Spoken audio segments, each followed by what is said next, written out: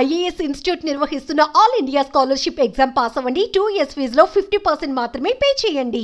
మా బంజారా ఆడబిడ్డలు 30 మంది రైతులను జైల్లో పెడితే వాళ్ళు భయపడలే. మీరు చూసింటారు, జ్యోతి అనే ఆడబిడ్డ 9 నెలల ప్రెగ్నెంట్. ఆమెను మేము అన్నాం, వద్దులే అమ్మా, నువ్వు ఉండు, ఢిల్లీ దాకా ఎందుకు ఉండు తల్లి అంటే, లేదన్నా నేను బంజారా బిడ్డను కొట్లాడతా, తప్పకుండా రేవంత్ రెడ్డి భరతం పడతా అని చెప్పి ఢిల్లీ దాకా వచ్చింది.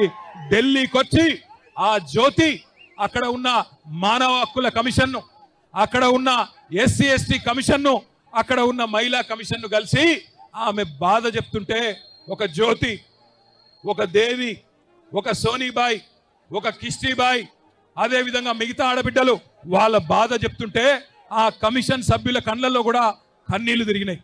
వాళ్లకు కన్నీళ్ళు వస్తున్నాయి, కానీ ఇక్కడ ఉన్న రేవంత్ రెడ్డికి కానీ, ఇక్కడ ఉన్న కాంగ్రెస్ ఎమ్మెల్యేలకు కానీ గిరిజన బిడ్డల కష్టాలు కనబడతలేవు.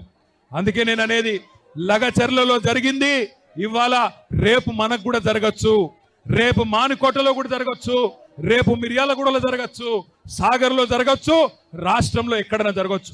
అందుకే ఒక దగ్గర ఒక్కలకు అన్యాయం అయితే, ఎట్లయితే ఒక కాకికి దెబ్బ తగిలితే 100 కాకులు వచ్చి కావు కావుమని కాపాడుకుంటాయో, అట్లాగే తెలంగాణలో ఏ గిరిజన బిడ్డకు అన్యాయమైనా, ఏ గిరిజన ఆడబిడ్డకు అన్యాయమైనా రాష్ట్రం అంతా కదలాలే.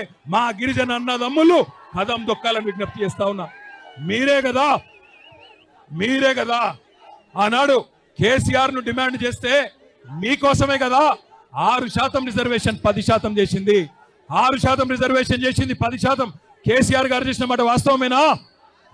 కేసీఆర్ గారు 6% రిజర్వేషన్ 10% చేసిన మాట వాస్తవమేనా కాదా? పోడు భూముల పట్టాలు ఇచ్చింది వాస్తవమేనా? తాండాలు పంచాయతీలు చేసింది వాస్తవమేనా? మరి ఇన్ని చేసిన కేసీఆర్ గారు సరే కొన్ని మాయ మాటలు నమ్మి మోసపోయినాం, ఇబ్బంది లేదు. కానీ రేపటి రోజున ఈ రేవంత్ రెడ్డిని, కాంగ్రెస్ ప్రభుత్వాన్ని మానుకోటలోనే కాదు, ఊరూరా ఉరికిచ్చి కొట్టే బాధ్యత కూడా, ఉరికిచ్చి ఓట్లతో తరిమే బాధ్యత కూడా మీరే తీసుకోవాలా. మానుకోట ఇది మొదటి అడుగు మాత్రమే. రాష్ట్ర వ్యాప్తంగా మా కొడంగల్ ఆడబిడ్డల కోసం మద్దతు కూడగడతాం. మానుకోట మొదటి అడుగు, రాష్ట్రం అంతా తిరుగుతాం.